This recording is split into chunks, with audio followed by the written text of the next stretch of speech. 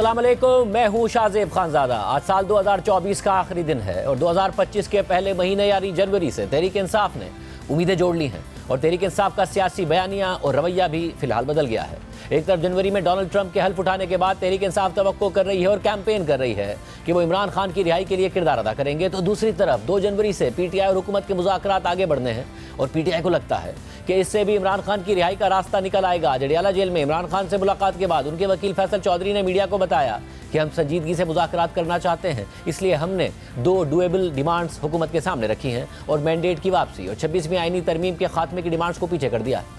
मुज़ाकरात की बात जो है वो 2 तारीख को हमारी जो टीम है वो आएगी। अली अमीन साहब भी होंगे, बाकी लोग भी वहाँ पे शामिल होंगे। मुज़ाकरात को हम आगे बढ़ाना चाह रहे हैं, हम संजीदगी से मुज़ाकरात करना चाह रहे हैं और हम समझते हैं कि हुकूमत भी इसमें संजीदगी का मुजाहरा करेगी। जो हमारी डिमांड्स हैं हमने उसमें 26वीं तरमीम हो, इलेक्शन का मैंडेट हो, हमने उसको बैक बर्नर पर रखा है ताकि ये जो 2 डूएबल मुतालबे हैं वो हमारे हुकूमत जो है इस पर बात करे। तो इमरान खान साहब की जो इनकार्सरेशन है आज इस पर भी बिल्कुल बात करना चाहता हूँ कि हम बिल्कुल खड़े हैं अपने पूरे अज़म के साथ, लेकिन अब वक्त आ गया है कि हम उनकी रिहाई के लिए जो है वो सीरियस कोशिशें करें। साथ ही इमरान खान ये दावा भी कर रहे हैं कि उन्हें अडियाला जेल से बनीगाला या पेशावर मुंतकिल करने की ऑफर्स की जा रही हैं, जिसे वो मुस्तरद कर रहे हैं, जबकि हुकूमत दावा कर रही है कि इमरान खान को ऐसी कोई ऑफर नहीं की गई। मगर आज इस सिलसिले में द न्यूज़ के एडिटर इन्वेस्टिगेशन अंसार अब्बासी की द न्यूज़ और जंग में खबर शाया हुई है, जिसमें लिखा है कि अगर इमरान खान मौजूदा निज़ाम को चैलेंज ना करें तो हुकूमत इमरान खान को घर पर नज़रबंद करने की डील की पेशकश कर सकती है, मगर 9 मई के मामले पर कोई समझौता नहीं होगा। तहम मुज़ाकरात में शामिल हुकूमती इत्तेहाद के एक अहम रुकन का कहना था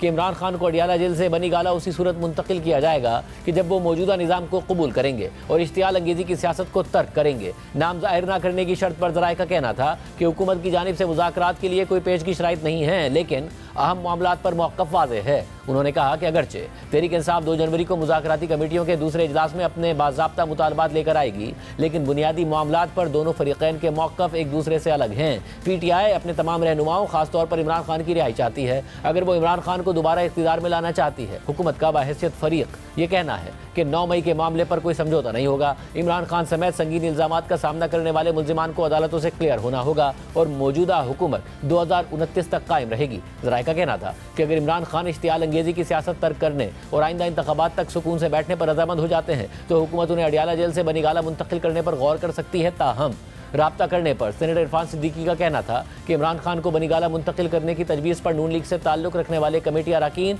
या इत्तेहादियों की नुमाइंदगी करने वाले दीगर कमेटी अरकान से बात नहीं की गई। उन्होंने कहा कि वो पसे पर्दा इस हवाले से होने वाली बातचीत के बारे में नहीं जानते। उन्होंने हुकूमत के मौक़िफ़ का यादा किया कि तहरीक इंसाफ बाज़ाब्ता तौर पर आइंदा इजलास में जो कुछ पेश करेगी कमेटी उसका बाज़ाब्ता जवाब देगी। हुकूमत और पीटीआई के मुज़ाकरात का अगला दौर 2 जनवरी को होगा, जिससे पहले ही पीटीआई वाज़े कर रही है कि वो सिर्फ 2 मुतालबात को तहरीरी शक्ल में पेश करने जा रही है, जो इमरान खान समेत कैदियों की रिहाई और 9 मई और 26 नवंबर पर जुडिशल कमीशन के मुतालबात हैं। साथ ही 20 जनवरी को अमेरिका में डोनाल्ड ट्रंप हल्फ उठाने जा रहे हैं और अमेरिका में तहरीक इंसाफ के हामियों ने हल्फ बर्दारी के दिन भी इमरान खान की रिहाई के हवाले से कैंपेन चलाने का मंसूबा बना लिया है। रोजनामा द न्यूज़ और जंग में अजीम एम मियाँ की खबर के मुताबिक डोनाल्ड ट्रंप की हल्फ बर्दारी और दीगर तकरीबात के मौके पर वाशिंगटन में 20 जनवरी को पीटीआई के हामी इमरान खान की रिहाई और हिमायत के लिए ट्रकों पर नारे और वीडियोज़ आवेज़ा करके अपनी मुहिम चलाएंगे। तफसीलात के मुताबिक पाकिस्तान में इंसानी हुकूक की सूरत हाल, रियासती इदारों के खिलाफ प्रोपेगेंडा और दीगर मवाद पर मबनी तस्वीर और वीडियोज़ के साथ शहर में गश्त करने के लिए कुछ ट्रक किराए पर हासिल करने के इंतजाम किए जा रहे हैं। खबर के मुताबिक ये ट्रक हल्फ बर्दारी की तकरीबात के मौके पर उन शाहराहों पर गश्त करेंगे जहां ट्रैफिक की इजाज़त होगी, क्योंकि इस मौके पर व्हाइट हाउस और कैपिटल हिल के इर्द गिर्द बाज़ गुजरगाहों को ट्रैफिक के लिए बंद कर दिया जाता है। खबर के मुताबिक पीटीआई अमेरिका पाकिस्तान की हुकूमत और पीटीआई के मुज़ाकरात पर दबाव बढ़ाने के लिए पहले ही अमेरिका के सियासी हलकों में बड़ी सरगर्मी से कोशिशें जारी रखे हुए है, लेकिन सदर ट्रंप और उनकी टीम को इमरान खान की रिहाई से कहीं ज़्यादा अमरीकी दाखिली मसाइल, मईशत, कांग्रेस से तकर्रियों की मंजूरी, मशरिक़ वस्ता की सूरत हाल और खारजा पॉलिसी में तब्दीली के अहम मसाइल पर तवज्जो दरकार है। पीटीआई की सरतोड़ कोशिश इस बात पर मरकूज है कि रिचर्ड ग्रेनेल की तरह इमरान खान की रिहाई के बारे में कुछ मजीद बयानात हासिल किए जा सके, जिससे पाकिस्तान पर दबाव में इजाफा हो सके। खबर के मुताबिक अमेरिका में जो लोग इस हवाले से सोशल मीडिया पर मुहिम चला रहे हैं वो माजी में अमेरिका मुखालिफ कैंपेन में अपने किरदार को छुपा रहे हैं। बहरहाल, जिस तरह साल 2024 का आगाज़ हुआ था और उस वक्त जो मुल्क की सियासी सूरत हाल थी वो 2024 के अख्ताम पर बहुत हद तक बदल चुकी है। पीटीआई के एहतजाज और धरनों की नाकामी के बाद हुकूमत सियासी तौर पर अब काफ़ी मुस्तहकम नजर आ रही है। इस्टेब्लिशमेंट के साथ ताल्लुकात मामूल पर हैं, सेम पेज बरकरार है। साथ ही साथ इस एक साल में नून लीग की हुकूमत को इत्तेहादियों के किसी बड़े चैलेंज का सामना नहीं करना पड़ा। पार्लियामान के अंदर हुकूमत मजबूत होती नजर आई। सिर्फ यही नहीं, इलेक्शन के बाद मैंडेट की वापसी और इमरान खान की रिहाई के लिए तहरीक इंसाफ ने अदलिया से उम्मीदें जोड़ ली। एलानिया दावे किए कि जस्टिस काजी फाइज ईसा की रिटायरमेंट के बाद justice Mansoor Ali Shah chief justice बनेंगे तो पीटीआई की मुश्किलात में कमी आएगी। खुद हुकूमत ने इस खदशे का इजहार किया, मगर फिर हुकूमत ने 26वीं आईनी तरमीम के जरिए इसका भी रास्ता रोक दिया। इसके अलावा मुआशी एतबार से भी हुकूमत के लिए साल 2024 बेहतर साबित हुआ। मुआशी तरक्की तो नहीं हुई, दूर दूर तक नहीं नजर आई, मगर मुआशी इस्तेहकाम आया और महंगाई में इजाफे की रफ्तार में कमी जरूर नजर आई। इंटरनेट को भी कभी सुस्त करके, कभी बंद करके और सोशल मीडिया साइट एक्स को बंद करके कदगरें लगाई गई, जिससे आवाम मुतासिर होते रहे और अब भी हो रहे हैं। जबकि दूसरी तरफ इस एक साल के दौरान तहरीक इंसाफ की मुश्किलात में कमी के बजाय इजाफा होता चला गया और उसका एक भी एहतजाज या मुजाहरा हुकूमत को नुकसान नहीं पहुंचा सका, बल्कि जूं जूं साल 2024 गुजरता चला गया तो खुद तहरीक इंसाफ की हुकूमत मुखालिफ मुहिम कमजोर पड़ती चली गई। तहरीक इंसाफ को तंजीमी मसाइल और इख्तलाफात का भी सामना करना पड़ा। पार्टी में ग्रुपिंग बढ़ गई और पार्टी में इमरान खान की बहनों और एहलिया का असर-ओ-रसूख पार्टी क़यादत से ज़्यादा हो गया। इस्टेब्लिशमेंट का रवैया भी तहरीक इंसाफ के हवाले से तब्दील नहीं हुआ। तहरीक इंसाफ और इमरान खान मुसलसल कोशिशें करते रहे कि इस्टेब्लिशमेंट के साथ बराह रास्त मुज़ाकरात का रास्ता खुल जाए, मगर इस्टेब्लिशमेंट ने दिलचस्पी नहीं दिखाई, जिसके बाद साल के अख्ताम पर इमरान खान ने फैसला कर लिया कि अब वो हुकूमत से ही मुज़ाकरात करेंगे, जिसे वो पहले कठपुतली करार देते हुए बात करने से इनकार करते थे। इस पूरी सूरत हाल पर बात करेंगे। सीनियर साहब की तज़कियाकार मुनीफ फारूक और मंसूर अली खान हमारे साथ मौजूद हैं। आप दोनों का बहुत शुक्रिया। मुनीफ फारूक साहब, आपकी रिपोर्ट कुछ और है जो आपने अपने व्लॉग में शेयर की कि इमरान खान साहब जो अचानक पीछे हटे हैं, अचानक फ्लेक्सिबल हुए हैं, जिस पर हुकूमती वज़रा भी सवाल उठा रहे हैं, ख्वाजा साहब ने हमारे प्रोग्राम में उठाया, उसकी वजह कुछ और है। क्या इस वक्त आपकी खबर कहती है? बहुत शुक्रिया शादिब साहब। देखिए, इमरान खान साहब को तक आपको पता है मुख्तलिफ पैगामात जाते हैं। एक तो वो पार्टी के लोग हैं जो उनको मिलते हैं, उनमें कुछ ऐसे लोग होते हैं जो नीम पार्टी के लोग होते हैं, यानी कि वो किसी पार्टी के होते भी हैं और नहीं भी होते। तो इमरान खान साहब वैसे तो देखिए वो उन्होंने एक फसाड भी क्रिएट करना है, एक मजबूती भी रखनी होती है कि नहीं मैं बहुत मजबूत हूं और चढ़ाई करके रखेंगे हम। लेकिन इमरान खान साहब को इन सो मेनी वर्ड्स ये बताया गया है कि देखिए आप फिलहाल तो you are in troubled waters, लेकिन अगर आप if you play your cards well तो फिर तो आपके लिए कम से कम इतनी गुंजाइश निकल सकती है कि चले आपकी जगह तब्दील हो जाए, जहां पर आप हैं शायद आपके लिए कुछ आसानी निकल आए। लेकिन अगर आपने वही किया और इस तरह के मामलात को जारी रखा तो फिर ज़हन में रखें कि आप बाहर नहीं आ सकेंगे। और जितना आपने रायता फैलाया हुआ है, यानी 9 मई का मामला है, उसके हवाले से कम 2 से 3 केसेस ऐसे हैं जिसमें इमरान खान साहब नामजद हैं, तो आपको बाहर ना कोई आने देगा, ना ही आपको कोई इस पर माफ करेगा। और हैविंग सेड दैट, ये बात उनको दोबारा भी बताई गई है इन वेरी क्लियर वर्ड्स कि देखिए 9 मई को ना कोई माफ करेगा, ना ही कोई भूलेगा। उसके मुजरिम रियासत के मुताबिक आप ही हैं और आपको उसकी सजा का सामना करना पड़ेगा। हाँ, अगर आप अपने लिए कुछ कंसेशंस चाहते हैं या अपनी जमात के लिए चाहते हैं तो फिर आपको एक इंतजार का भी सामना करना पड़ेगा और शायद अपने कुछ मामलात की दुरुस्ती के लिए अपने रवैये को भी बेहतर करना पड़ेगा। अब नोइंग इमरान खान साहब, आप जानते हैं कि जहां वो एक चीज पर कंसीड करते हैं या थोड़ा पोजीशन तब्दील करते हैं, दूसरी जगह पर वो अपना जो उनका सबसे लीथल उनका वो उनकी सोशल मीडिया ब्रिगेड है, उसका इस्तेमाल वो उसी तरह से जारी रखते हैं। उसके अंदर अल्फाज का हेर फेर ये तो होता रहता है, but with this going on बड़ा टेक्निकल है और बड़ा क्रिटिकल टाइम है शाहिद साहब ये अगले 3 महीनों का। मैं समझता हूँ अगर इमरान खान साहब if he plays his cards well तो उनके लिए कुछ कंसेशन निकलता है, लेकिन अगर हालात ठीक ना हुए तो फिर शायद मुझे लगता है कि इमरान खान साहब की इस साल भी रिहाई मुमकिन नहीं हो पाएगी। मंसूर अली खान साहब ने जो अचानक पीछे हटे हैं, मैंडेट की वापसी का मुतालबा, 26वीं आईनी तरमीम को रोल बैक करने का मुतालबा और सिर्फ ये मुतालबा कि इमरान खान साहब समेत जो असीरान है उनको रिहा किया जाए, इसके अलावा जो 9 मई और 26 नवंबर पर जुडिशल कमीशन बनाया जाए, आपके ख्याल में एक स्मार्ट मूव है कि one step at a time करें, या फिर एक रियलाइजेशन है कि अब हम एहतजाज से, धरनों से नहीं ऑब्जेक्टिव अचीव कर पा रहे तो हमें पीछे हट के ही अब बात करनी पड़ेगी हुकूमत से? देखिए शाहजेब, इमरान खान साहब या पाकिस्तान तहरीक इंसाफ की मेरी नज़र में ये चौथी अटेम्प्ट है कि वो कोशिश करेंगे कि पाकिस्तान तहरीक इंसाफ की मुश्किलात पाकिस्तान के अंदर जो है वो कुछ कम हो। इसमें से सबसे पहली अटेम्प्ट जो थी, मेरे ख्याल में जो फोकस था वो आर्मी चीफ की तैनाती के वक्त था, जब जनरल बाजवा रिटायर हो रहे थे। तो उस वक्त भी उनकी कोशिश थी कि अपनी मर्जी से किसी तरह जो है वो नया आर्मी चीफ लाया जाए, लेकिन उसके अंदर नाकामी हुई। दूसरी अटेम्प्ट जो थी वो 2024 के इलेक्शंस थे, उनके जहन में ये था कि इतने भारी हमें मैंडेट मिलेगा कि हमें कोई रोक नहीं सकेगा, लेकिन वो भी नहीं हुआ। हुकूमत जो है वो मुस्लिम लीग नून ने बना ली। और तीसरी अटेम्प्ट जो थी वो मेरे ख्याल में काजी फाइजा साहब की जब रिटायरमेंट हुई तो, और उसके बाद उनकी ये कोशिश थी कि मंसूर अली शाह साहब शायद चीफ जस्टिस बनेंगे तो तब मुश्किलात आसान होगी। अब ये चौथी अटेम्प्ट है जो मेरे ख्याल में डोनाल्ड ट्रंप की तरफ अब देख रही है कि शायद उसके आने से पाकिस्तान तरीके इंसाफ की मुश्किलात जो है वो आसान होंगी। लेकिन अभी तक कम से कम मेरी इतलात के मुताबिक पाकिस्तान तरीके इंसाफ की कोशिश कर रही है कि इमरान खान साहब या पीटीआई के लिए कम से कम उन्हें इन्विटेशन कार्ड मिले, जो 20 तारीख को तकरीब हल्फबरदारी हो रही है, लेकिन अभी तक वो कार्ड नहीं मिला है। ये जो अभी बात हो रही थी मुज़ाकरात की या पीटीआई के पीछे हटने की, उसमें मेरी इतलात के मुताबिक पाकिस्तान तरीके इंसाफ इस बात के ऊपर भी मानने के लिए तैयार हो जाएगी कि 9 मई और 26 नवंबर के जुडिशल कमीशन की जो डिमांड है ये उससे भी पीछे हट जाएंगे अगर पीटीआई के लोगों को छोड़ दिया जाता है, इमरान खान साहब की मुश्किलात आसान कर दी जाती हैं, उन्हें भी छोड़ दिया जाता है। लेकिन हर गुजरते दिन के साथ जिस तरह ये टाइम आ रहा है, 20 जनवरी आ रही है, डोनाल्ड ट्रंप के या की इंतजामिया आके हुकूमत संभालेगी, पाकिस्तान तरीके इंसाफ को बहुत ज्यादा पुरुमीद नहीं लगती।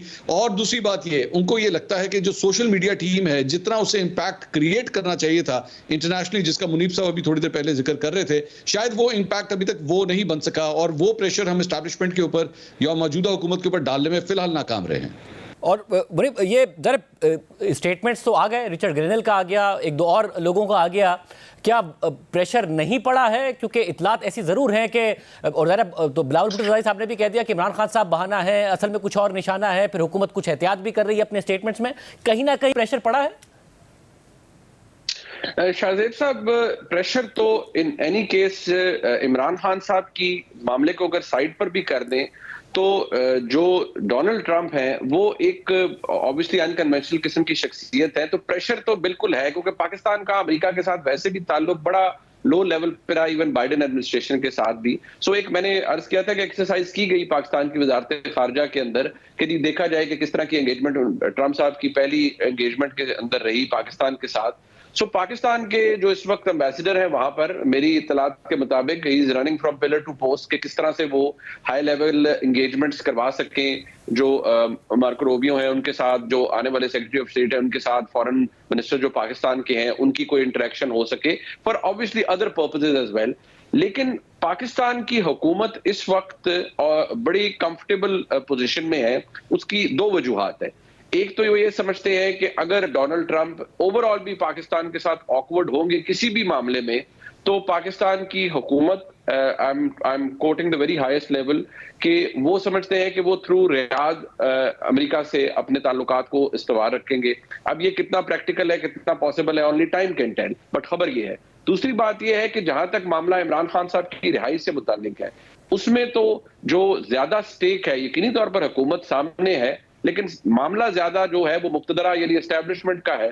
तो एक बात तो क्लियर है कि जी अगर अव्वल तो ऐसा कोई बहुत बड़ी चीज होगी नहीं, लेकिन अगर हुई तो Pakistan as a country will dig in its heels और पाकिस्तान बिल्कुल इस पर कॉम्प्रोमाइज नहीं करेगा। और इमरान खान साहब की रिहाई अमेरिकी दबाव की सूरत में तो किसी सूरत नहीं होगी, ये तो बड़े क्लियर और अनइक्विकल वर्ड्स में कम्युनिकेट किया गया है from the very highest level कि कोई ऐसा इरादा किसी का नहीं है। मगर मसूर, अगर ये जो अब इतलात आती हैं कि हुकूमत भी चाहती है कि जी अब कुछ टाइम हो स्टेबिलिटी का, 1-2 साल हो जिसमें पॉलिटिकल स्टेबिलिटी हो ताकि मईशत चल सके, रियासती इदारों के हवाले से भी खबर आती है कि एस्टैब्लिशमेंट की भी ये ख्वाहिश है। अब जाहिर है इमरान खान साहब अगर जेल के अंदर हैं तो भी स्टेबिलिटी नहीं मिल पाती, बाहर आएँ तो भी वो ऐसा तो नहीं होगा कि बैठ जाएँ। ऐसा कोई रास्ता निकल सकता है, चाहे वो अमेरिकी दबाव में हो, चाहे बीच में फिर मीडिएटर्स पड़ें कि जी 2-3 साल फिर हुकूमत को दिए जाएं और उसके नतीजे में रिलीफ इमरान खान साहब को दिया जाए और पार्टी को? मेरा ख्याल में ये मुमकिन है, जो आप बात कर रहे हैं ये बिल्कुल हो सकता है, लेकिन जाहिर बात है इसके लिए प्री कंडीशंस बहुत ज़रूरी हैं। इमरान खान साहब को अपना तर्ज सियासत तब्दील करने की ज़रूरत पड़ेगी।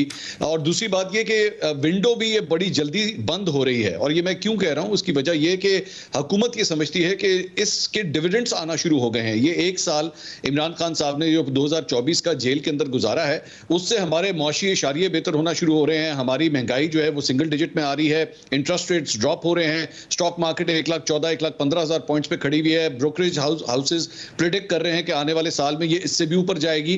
तो अगर मौशी इशारे इसी तरह बेहतर आते रहे तो हुकूमत के या एस्टैब्लिशमेंट के ज़हन में भी ये बात आएगी कि हम इमरान खान साहब को अगर कोई लेवरेज दे तो दे क्यों, इससे हमें क्या फायदा है, हमें तो बल्कि इसका नुकसान होगा। आज भी अगर बहुत से मौशी तज्जियाकारों से आप बात करें तो वो यही कहते हैं कि जो सिलसिला चल रहा है अगर आपने इसको डिरेल करना है तो वो उसी दिन हो जाएगा जिस दिन इमरान खान साहब बाहर आएंगे, क्योंकि वो अपने तर्ज सियासत को चेंज नहीं करेंगे और ये उनके लिए जरूरी है, इनको अलाइव रहने के लिए जरूरी है सियासी तौर पे। वो आते साथ ही जलसे शुरू करेंगे, लॉन्ग मार्च शुरू करेंगे, धरने की बात करेंगे। आज भी पीटीआई की लीडरशिप से वो काफी हद तक इस बात के ऊपर नाराज होते हैं। वो ये समझते हैं कि जितना प्रोएक्टिव पीटीआई की लीडरशिप को अपना रोल अदा करना चाहिए था वो शायद नहीं कर सकी है। वो समझते हैं इससे भी ज्यादा जो है वो इस्लामाबाद के ऊपर चढ़ाइयां होनी चाहिए थी, ज्यादा जो है वो कोई दंगा फसाद होना चाहिए था, कुछ पता लगता कि पीटीआई जो है वो सड़कों पे मौजूद है। सो अगर इमरान खान साहब बाहर आए तो या तो उन्हें अपना तर्ज सियासत चेंज करना पड़ेगा, वरना उनकी मुश्किलात कम होती भी नजर नहीं आ रही। और मुनीफ साहब 31 जनवरी की इमरान खान साहब ने डेडलाइन दी है, साथ में उन्होंने ज़ाहिर ये कहा है कि जो 2025 है वो ऐसा साल होगा जिसमें अपने पार्टी के रहनुमाओं को कह रहे हैं, वो कारकुनों को कह रहे हैं कि हकीकी आज़ादी आएगी और फिर मामला आगे बढ़े। 2025 और 31 जनवरी और ज़ाहिर उसमें टाइम भी ज़्यादा नहीं है और फिर 20 जनवरी को ट्रंप आ रहे हैं। कुछ ऐसी डेवलपमेंट्स हो सकती हैं जो समझा जाए कि मुज़ाकरात की कामयाबी के नतीजे में कि इमरान खान साहब के लिए, तहरीक इंसाफ के लिए रिलीफ मिल जाए और जल्द मिल जाए 31 जनवरी तक। शाहजेब साहब 31 जनवरी तक तो कम से कम इस बात का अंदाजा हो जाएगा कि ये मुज़ाकरात कामयाब होंगे या नहीं होंगे। जिस तरह अभी मंजूर साहब ने भी कहा कि जो अपॉर्चुनिटी है, विंडो ऑफ अपॉर्चुनिटी, ये बड़ी लिमिटेड है। देखिए एक बात चीज जहन में रखिए कि ये निजाम जिस तरह से भी बनाया गया, इसको एस्टैब्लिशमेंट का बहुत मेजर कवर और इंसुलेशन हासिल है, लेकिन ये निजाम मुआशी तौर पर तो डिलीवर करना शुरू हो गया है। सो इमरान खान साहब को यह देखना है कि वो इस लिमिटेड अपॉर्चुनिटी के ऊपर कैपिटलाइज कर सकते हैं या नहीं।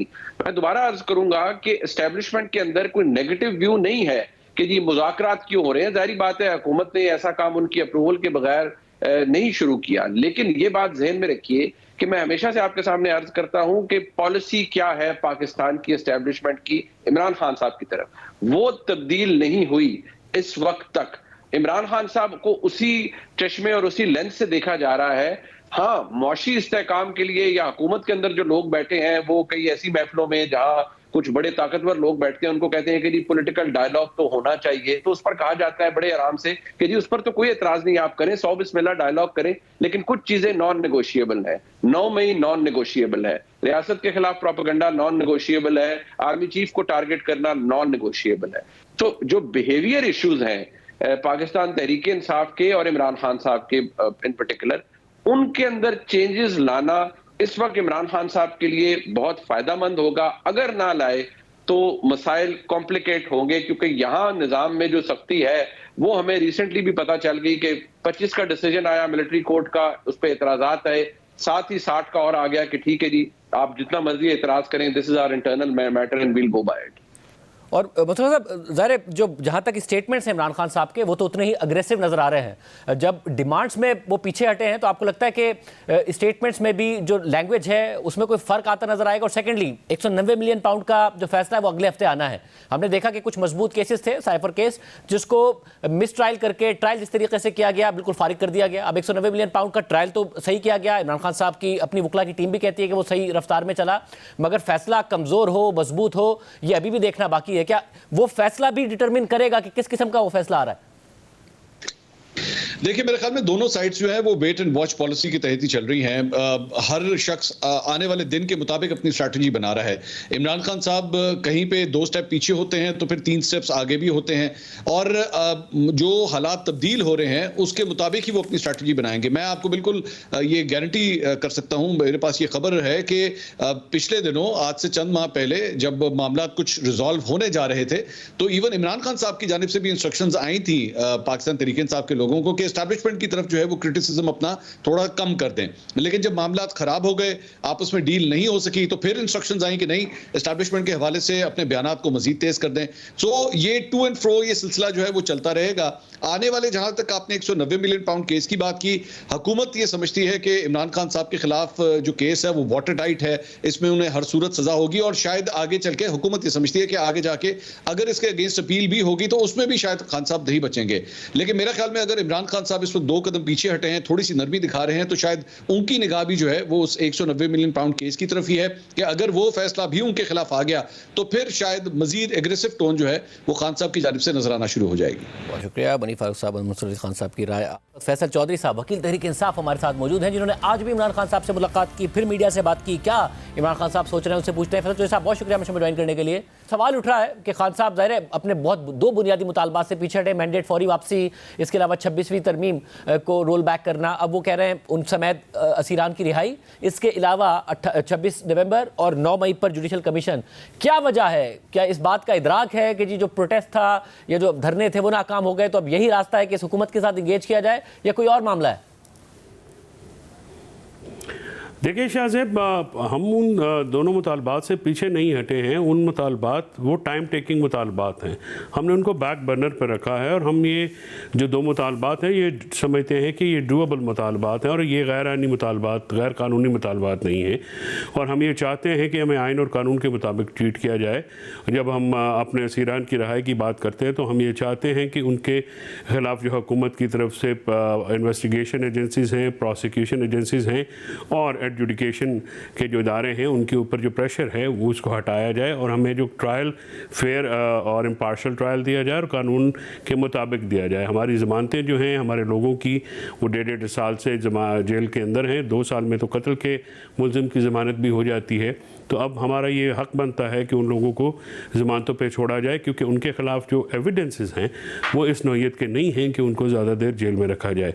और आपकी जब इमरान खान साहब से मुलाकात हुई तो क्या वो पॉजिटिव हैं कि ये ऐसे मुतालबात हैं जो 31 जनवरी तक माने जा सकते हैं, या उन्हें लग नहीं रहा कि माने जाएंगे और वो हुकूमत का ब्लफ कॉल कर रहे हैं इस वक्त? देखिए, हमने तो संजीदगी से मुज़ाकरात की ऑफ़र की है शाहज़ेब साहब। हमने एक मुज़ाकराती कमेटी बनाई है, हमने अपना एजेंडा दिया है, हुकूमत ने उसके बाद जाके काफ़ी देर के बाद अपनी मुज़ाकराती कमेटी बनाई, और उन्होंने अभी तक काउंटर एजेंडा नहीं दिया है।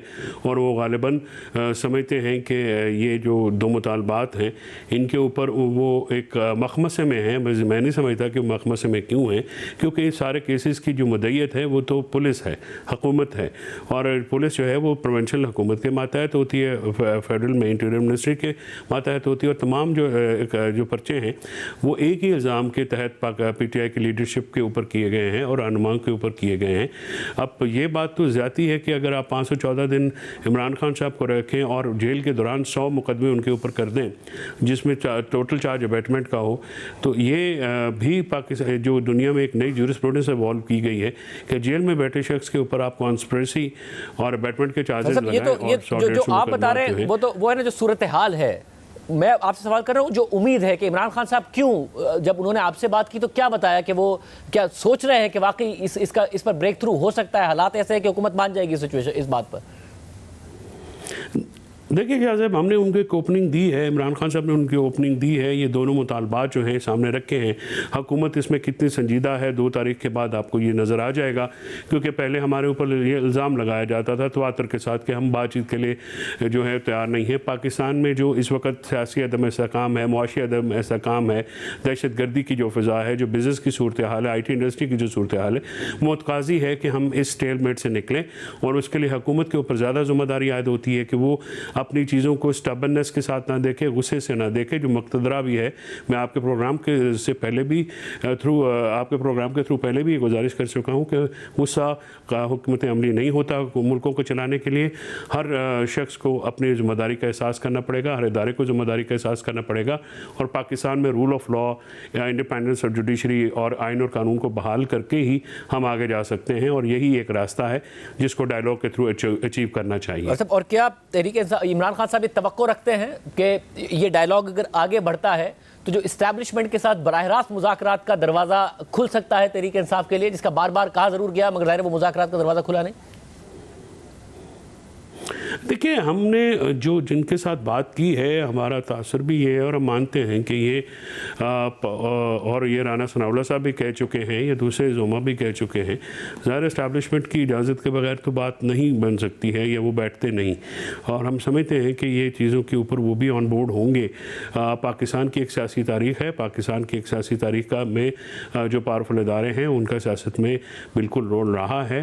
अब वो रोल किस तरह से इस्टेब्लिश होता है, ये एक मुख्तलिफ बात है। तारीख़ में मुख्तलिफ जगहों पर मुख्तलिफ चीज़ें हुई हैं, बराह रास्त या बिलवास्ता मुज़ाकरात सियासी जमातों में और इस्टेब्लिशमेंट में होते रहे हैं। इस चीज़ को भी जो है ये हुकूमत जो है आपको ज़्यादा बेहतर इस बात पे जवाब दे सकती है कि क्या वो इस्टेब्लिशमेंट की मर्ज़ी के बगैर मुज़ाकरात कर रहे हैं और या कर सकते हैं। बहुत शुक्रिया, आपके सामने रखेंगे। हुकूमत ने आज नेशनल इकोनॉमिक ट्रांसफॉर्मेशन प्लान जारी कर दिया है और उसे उड़ान पाकिस्तान का नाम दिया गया है। आइंदा 5 सालों के लिए बनाए गए इस प्रोग्राम के हवाले से हुकूमत का दावा है कि ये प्लान पाकिस्तान के अंदर ही पाकिस्तान की मईशत को उसके पैरों पर खड़ा करने के लिए बनाया गया है। 5 ईज़ को इस प्रोग्राम की बुनियाद करार दिया गया है, यानी exports, E Pakistan, environment and climate change, energy and infrastructure, equity and empowerment. आज उड़ान पाकिस्तान प्रोग्राम की लॉन्चिंग की तकरीब में ऐलान किया गया। हुकूमत साल 2029 तक पाकिस्तान की बरामदात $60 अरब तक ले जाना चाहती है और इस मुआशी प्लान के पहले साल में GDP का टारगेट 4.2% रखा गया है, जिसे इस मुआशी प्लान के आखिरी साल 5.6% तक लेकर जाने का दावा किया गया है। जबकि टैक्स टू GDP सालाना 1% बढ़ाते हुए इसे 9 से 14% तक लेकर जाना, ज़र मुबादला के ज़खायर को मुस्तहकम रखना और मार्केट बेस्ड एक्सचेंज रेट को अपनाना शामिल है। जबकि इस प्लान के तहत इन्वेस्टमेंट टू GDP रेशो भी 13% से बढ़ाते हुए इसे 18% तक करने का इरादा किया गया है। आज उड़ान पाकिस्तान प्रोग्राम की तकरीब से खिताब करते हुए वज़ीर आज़म शहबाज शरीफ ने कहा कि रियासती और मुल्की इदारों ने एक दहाई में 6 खरब रुपए का नुकसान किया। $7 अरब हमें IMF से मिल रहे हैं। 6 खरब रुपए के नुकसानात इस कौम ने बर्दाश्त किए। सोचने की बात है कि पाकिस्तान को IMF प्रोग्राम क्यों लेना पड़ा। बिजली अगर 4 खरब रुपए की बने और 2 खरब रुपए की बेची जाए तो ये नुकसान किसके खाते में डालेंगे। वज़ीर आज़म ने मजीद कहा कि उड़ान पाकिस्तान प्रोग्राम में बरामदात पर मबनी मईशत बनेगी, IT इंडस्ट्री के फ़रोग़ के लिए वसाइल देंगे। पाकिस्तान को आगे ले जाना है तो टैक्सों को कम करना होगा। ये वो अहदाफ हैं जो हमारी हुकूमत ला रही है। हमें अहदाफ के उसूल के लिए सियासी हम आहंगी चाहिए। हमारी सालाना गैर मुल्की सरमायाकारी का हदफ $10 अरब होगा। ये सरमायाकारी तब आएगी जब मकामी सरमायाकारी होगी। इस पूरी सूरत हाल पर बात करेंगे। इस प्रोग्राम को बनाना, तश्कील देने में किरदार अदा किया वफाकी वज़ीर प्लानिंग एहसन इकबाल साहब। एहसन इकबाल साहब, बहुत शुक्रिया हमें ज्वाइन करने के लिए। एहसन इकबाल साहब, आज आपने तकरीब से भी खिताब किया, बताया माजी में हम बार बार क्यों फेल हुए और इस प्रोग्राम की ज़रूरत क्या है। और सबसे जो अहम बात बार बार की गई वो ये कि एक्सपोर्ट लेड ग्रोथ के लिए प्रोग्राम हम बना रहे हैं। अब पाकिस्तान में मसला ये है, क्योंकि इसमें एनर्जी की भी बार बार बात की गई कि आप IT में भी और गुड्स एक्सपोर्ट्स भी बढ़ाना चाहते हैं। पहले गुड्स एक्सपोर्ट्स की अगर बात कर लें, वो तो पहले ही हमने देखा कि बार बार दावों के बावजूद उतनी नहीं बढ़ पाई हैं। अब वो पहले ही शिकायत करते हैं कि जब हम स्ट्रगल कर रहे हैं, एनर्जी कंपेरेटिवनेस नहीं है हमारी, तो कैसे उनको आप कंपेरेटिव बना पाएंगे? जी, बहुत शुक्रिया शाहजेब साहब। देखिए, सबसे पहले तो मैं ये कहूँगा कि पूरी कौम भी इसमें मुबारकबाद की मुस्तहक है कि आज पाकिस्तान ने एक कौमी एजेंडा मुरतब किया है जिसका मकसद ये है कि हम एक मजबूत पायदार तरक्की के लिए बुनियाद रखें। पाकिस्तान की तरक्की का जो सबसे बड़ा अलमिया ये रहा है कि 2 चीज़ों ने उसे बहुत मुतासिर किया है। एक जो बार बार की सियासी अदम इस्तेहकाम था और पॉलिसीज़ का अदम तसलसल था, और दूसरा ये कि हमने शुरू से एक्सपोर्ट लेड ग्रोथ मॉडल नहीं अपनाया, जिसके नतीजे में जब भी हम ग्रोथ करते थे उससे इंपोर्ट्स का दबाव बढ़ता था और हमारे पास इस कदर एक्सपोर्ट्स नहीं होती थी कि हम इतने डॉलर्स कमा पाएँ कि जिससे उनका हम बोझ उठा सकें। नतीजा ये है कि तजारती खसारा नाकाबिले बर्दाश्त होता था। हमें इमरजेंसी ब्रेक्स लगा के बार बार उस ग्रोथ को क्रैश करना पड़ता था।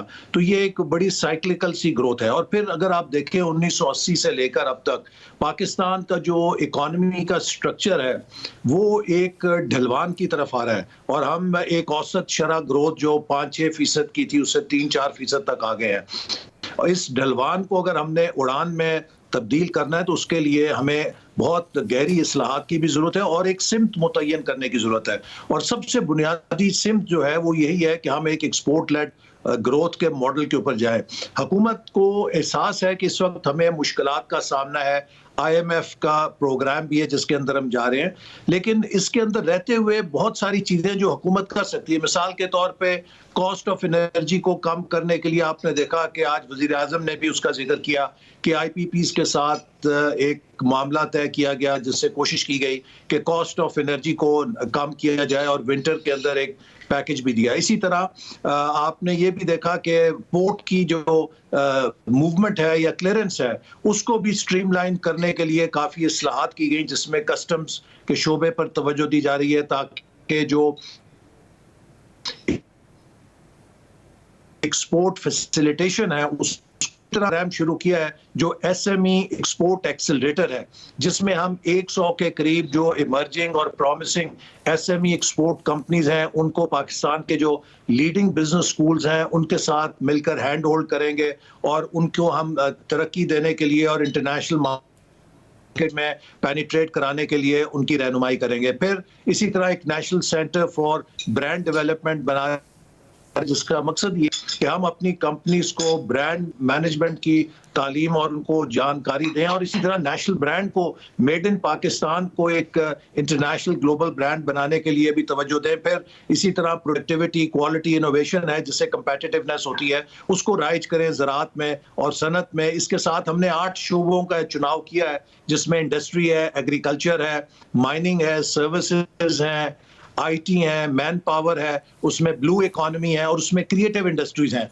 इन तमाम शोबों के अंदर बड़ी फोकस इंटरवेंशंस करके हम पाकिस्तान में बेपनाह सलाहियत है एक्सपोर्ट करने की। अभी भी मैं आपको बताना चाहता हूं कि एक कंपनी है फैसलाबाद में जो $500 मिलियन की एक्सपोर्ट कर रही है और वो इरादा रखती है कि अगले 3 से 4 सालों में $1 बिलियन पे चले जाएंगे। देखिए यही मैक्रो इकोनॉमिक कंडीशंस है, बिजली की कीमत है। अगर हम प्रोफेशनली देखें तो जहां बिजली की कीमत ज्यादा है तो वहीं हमारा ह्यूमन रिसोर्स और लेबर कॉस्ट इंतहाई कम है। कुछ इंडिविजुअल एग्जांपल्स हैं जिन्होंने अच्छा परफॉर्म किया, बट एज अ होल अगर हम देखें तो क्वार्टर बाय क्वार्टर भी हमें नजर आ रहा है कि इंडस्ट्रियल ग्रोथ नीचे है। अभी जो 0.92% की इस फिस्कल ईयर में ग्रोथ आई है, हालांकि पिछले साल 2.5% की थी, उसमें भी इंडस्ट्रियल ग्रोथ नेगेटिव है। तो जब इंडस्ट्रियल ग्रोथ नेगेटिव हो, टोटल प्राइवेट इन्वेस्टमेंट गिर गिर कर 11-12% पर आ गई हो, तो फिर उसको रिवाइव कैसे करेंगे आप कि वो एक्सपोर्ट लेड ग्रोथ की तरफ जाए? गुड्स की बात कर रहा हूं। देखिए जैसे मैंने आपसे कहा कि अभी हम एक बहुत टाइट स्टेबलाइजेशन प्रोग्राम में है IMF के, और ऑब्वियसली ये एक ट्रेड ऑफ होती है। जब आप स्टेबलाइजेशन में जाते हैं तो उससे ग्रोथ किसी हद तक मुतासर होती है, लेकिन ग्रोथ के लिए बहुत से दूसरे रास्ते खुले हैं। जैसे मैंने कहा कि नॉन टैरिफ, जैसे हम कहते हैं बैरियर्स होते हैं, इसी तरह नॉन टैरिफ इंसेंटिव्स भी होते हैं। और अगर आप बिजनेसेस को फैसिलिटेट करें, आप रेगुलेशन को ख़त्म करें और उनके लिए जो उनकी फरामी है सहूलतों की उसको आसान करें तो उनको बहुत इसमें मदद मिल सकती है। जैसे इंडस्ट्रियल ग्रोथ शानदेही की, ये वो चीजें हैं जो इस प्रोग्राम के तहत हम बड़े टारगेटेड अंदाज में माइक्रो लेवल के ऊपर जाकर हर इंडस्ट्री के ग्रुप के साथ बैठ के जो उनके मसाइल हैं हल करने। अगर टारगेटेड होगा तो अहम होगा, मगर ऑन पेपर ना प्रैक्टिकली भी हो, उसके लिए देखिए ना, आप SMEs की बात कर रहे हैं, आज आपने अपनी तकरीर में भी की, बट जो SME सेक्टर है वो तो बुरी तरीके से पाकिस्तान में पिस कर ही रह गया। आपके जो अपने दादोशुमार आप लोगों ने जारी किए हैं उसके मुताबिक 2006 में जो प्राइवेट क्रेडिट था टू SME सेक्टर वो 17% था, वो 2021 में गिरकर 6% हो गया। यानी कि ना तो जो हमने देखा कि बैंक्स का कोई इंटरेस्ट रहा, ना ही SMEs ने ग्रो किया, बल्कि बुरी तरीके से मुतासिर हुआ। इसको कैसे रिवाइव करेंगे आप? ये देखिए, इसके ऊपर आपको पता है कि जो इन्होंने बैंक्स के ऊपर एक टैक्स लगाया था कि उनकी क्रेडिट कितना है, जो बैंक्स प्राइवेट सेक्टर को कम क्रेडिट देते हैं उन पर टैक्स की शरह ज्यादा थी। अब वो बैंक्स के साथ मिलकर एक सेटलमेंट की जा रही है जिसमें बैंक्स को इस बात का पाबंद किया जा रहा है कि वो प्राइवेट सेक्टर को क्रेडिट की एक खास मकदार अमल दरामद करेंगे। और हम चाहते हैं कि SMEs को प्राइवेट सेक्टर में बैंक्स का क्रेडिट दस्तयाब हो, चूंकि वो जब नॉन फॉर्मल सेक्टर से क्रेडिट लेते हैं तो वो तकरीबन दुगनी कीमत के ऊपर उनको मिलता है। यही नहीं बल्कि स्मीडा जो है एक इदारा 90s में बना था और वो फिर गैर फाल हो गया था, उसको भी वजीर आजम ने अपनी निगरानी में ले लिया, उसको भी हम दोबारा फाल कर रहे हैं। और ये जो SME सेक्टर है, इससे हमने एक स्टडी की है जिससे कि 40 से 60 अरब डॉलर की एक्सपोर्ट सिर्फ हम SME सेक्टर से जनरेट कर सकते हैं। तो लिहाजा ये हमारी हिकमत अमली में एक major engine of export growth होगा। इस पर हम फोकस करेंगे और इसको कोशिश करेंगे कि तेजी के साथ हम बढ़ाएं और इसको ग्लोबल सप्लाई चेन्स के साथ लिंक करें। अच्छा, आप जो आपके 5 ईज हैं पाकिस्तान की इकोनॉमी को 2035 तक $1 ट्रिलियन इकोनॉमी बनाने के लिए, अदरवाइज आप कहते हैं अगर इसी पेस से चले तो $500 अरब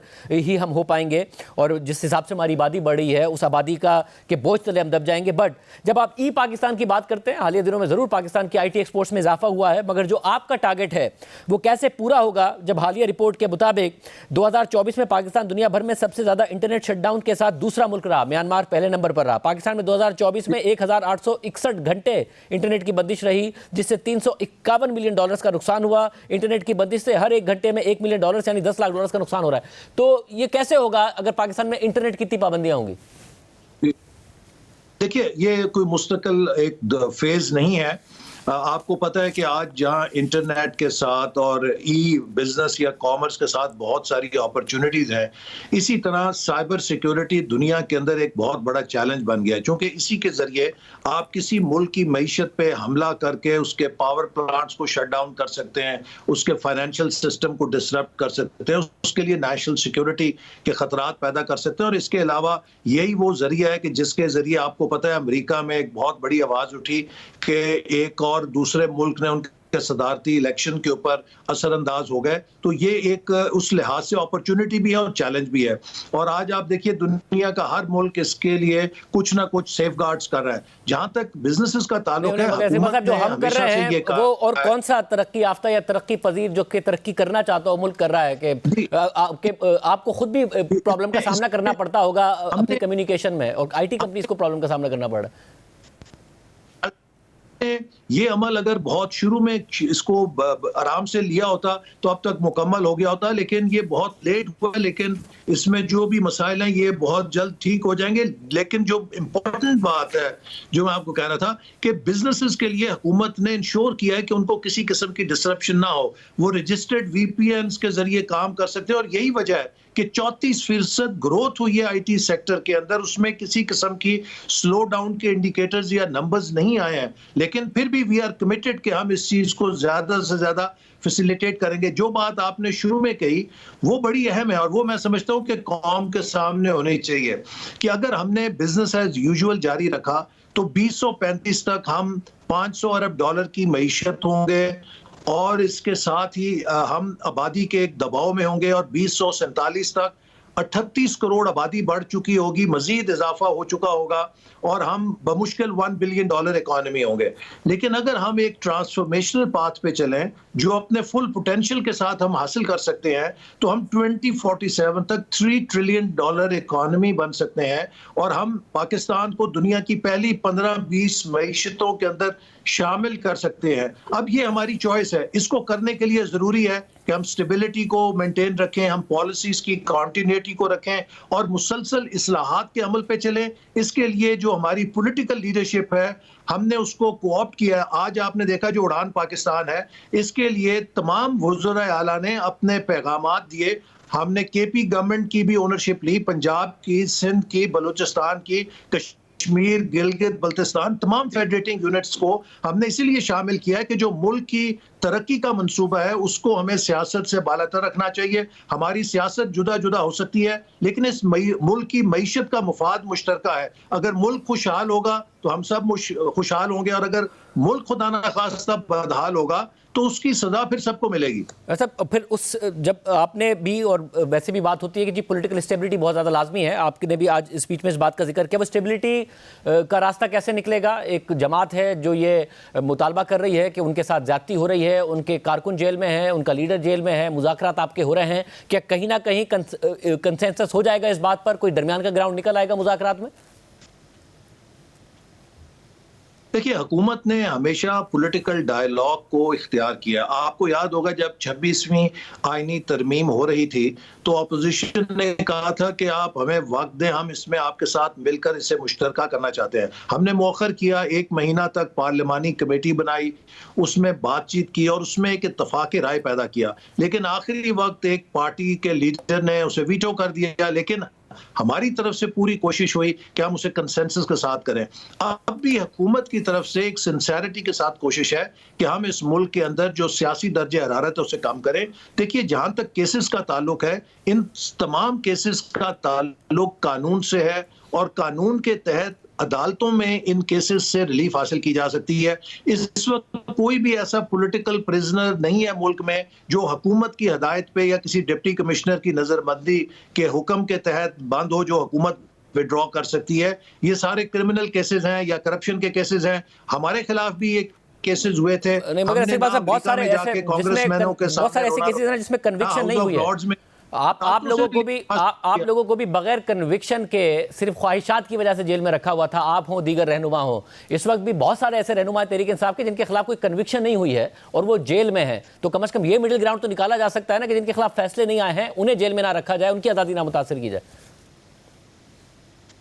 ये देखिए ना, इसके मेरिट के ऊपर तो जैसे हमें जब पकड़ा गया था, हम अदालत में गए और अगर किसी केस के अंदर जस्टिफिकेशन नहीं थी, कोई इतना स्ट्रॉन्ग एविडेंस नहीं था या एविडेंस ही नहीं था सिरे से, तो वहां पे अदालतों ने हमें ड्यूरिंग ट्रायल या उसके जो भी मुकदमे की मरहला था बेल दे के रिहा कर दिया। तो इन सब के पास भी ये ऑप्शन जरूर मौजूद है, क्योंकि हमारा ख्याल है कि जो इदारों ने लोगों को पकड़ा है वो किसी एविडेंस के ऊपर पकड़ा है या वो समझते हैं कि एक केस में बेल होती है तो दूसरे केस में गिरफ्तार कर लिया जाता है, यही होता है। इमरान खान साहब के साथ भी यही हो रहा है? नहीं, उनके खिलाफ तो देखिए जो केस है, अब आप सब जानते हैं कि अलकादिर जो ट्रस्ट केस है वो 190 मिलियन पाउंड का है और वो एक ओपन एंड शट केस है। उसके बारे में तो कोई इस बारे में हमें नहीं जस्टिफिकेशन दे सकता कि पाकिस्तान के अवाम के पैसे 190 मिलियन जो 40 या 50 अरब रुपया बनता है, जो पाकिस्तान में कितनी यूनिवर्सिटियां या स्कूलों को बनाने पे खर्च हो सकता था, वो सिर्फ उनके एक दोस्त को चंद नवाज़शात की खातिर ट्रांसफर कर दिया गया। तो पाकिस्तान के खजाने से अगर आप 40-50 अरब रुपया निकाल लें और ये समझें कि ये कोई क्राइम नहीं है, तो मैं समझता हूं कि इस पे तो कोई मुल्क भी इस केस का फैसला नहीं आया ना। फैसला आ जाए, कन्विक्शन हो जाए तब अलग बात है। अभी तो उनके खिलाफ जो कन्विक्शंस थी वो जब ओवरटर्न हो गई या कुछ केस सस्पेंड हो गई तो उसके बावजूद उन्हें जेल में रखा गया और बहुत सारे दीगर रहनुमा भी हैं जिनको जेल में रखा गया। यास्मीन राशिद साहिबा दीगर जिनकी कन्विक्शन नहीं हुई। अगर आप दरमियानी रास्ता निकालना चाहते हैं, आप खुद पॉलिटिकल स्टेबिलिटी चाहते हैं ताकि वो इकोनॉमी पे फोकस हो। देखिए, इस बारे में हमारी राय बहुत वाज़ेह है कि जो भी आइन और कानून के तहत रास्ता होगा उसके रास्ते में हम कोई रुकावट नहीं खड़ी करेंगे। लेकिन ये बात भी आप देखिए ना शाहजेब, आप मुझे बताएं कि अमेरिका में पेंटागन पे हमला हुआ था। अमेरिका उस पेंटागन पे हमले के जिम्मेदार के खिलाफ किस हमला था। हमारे अगर GHQ पे हमला किया जाए और हम कहें कि ये सियासी एहतजाज है, इसी तरह अगर बरतानिया, जर्मनी, फ्रांस डेमोक्रेसीज हैं, अगर उनकी फौज की छावनियों पर कोई हमला करे तो क्या वो उसे सियासी एहतजाज कह के नजरअंदाज कर देंगे? तो ये बात है कि इस वक्त जो कुछ ये हुआ है, इससे पहले 9 मई से पहले तो PTI को किसी ने फूल भी नहीं मारा था। उन्होंने जितने जलसे किए, जितने मुजाहरे किए, जितने धरने दिए, हद ये कि उन्होंने पार्लियामेंट हाउस को तहस नहस कर दिया, कोई उनके खिलाफ कार्रवाई नहीं की गई थी। लेकिन जब आप मुल्क के सलामती के इदारों पर निशाना बनाएंगे तो कोई जमहूरियत हो, कोई बादशाहत हो, कोई भी रियासत हो, वो उसको फिर कबूल नहीं करती। अच्छा, मगर कोई और मुल्क होता, जब आप दूसरे मुल्कों की मिसालें दे रहे तो उसमें रियासत पॉलिटिकल टूल के तौर पर भी एक ऐसे वाक़े को इस्तेमाल ना करती। मुराद रास को छोड़ दिया, फयाजुल हसन चौहान को छोड़ दिया, जिसने पार्टी छोड़ी उसे छोड़ दिया। नहीं, देखिए, इस बारे में कोई ऐसी इस्तिस्ना नहीं है।